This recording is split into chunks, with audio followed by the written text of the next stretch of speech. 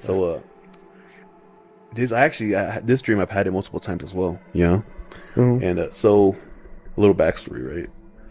So when I was younger, you know, I lived in Mexico, and then I did in kindergarten down there. Then I moved to the United States, went to school, you know.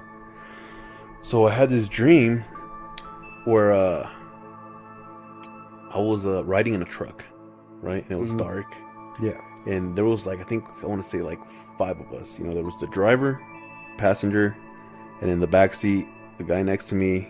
I was sitting in the middle, and then another guy to my right. You know, and we were driving, you know, pretty fast, whatnot.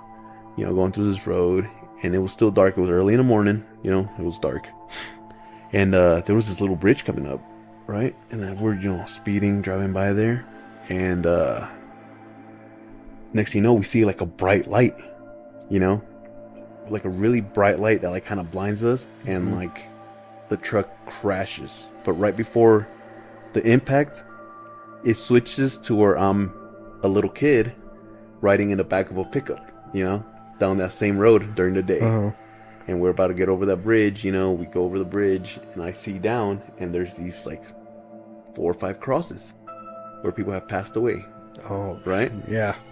So, you know, and then that's my dream ends, you know. I've had that one a few times, and I didn't think much of it. When I was 18 years old, this was probably like that I decided to go back to Mexico to visit. Mm-hmm. Okay.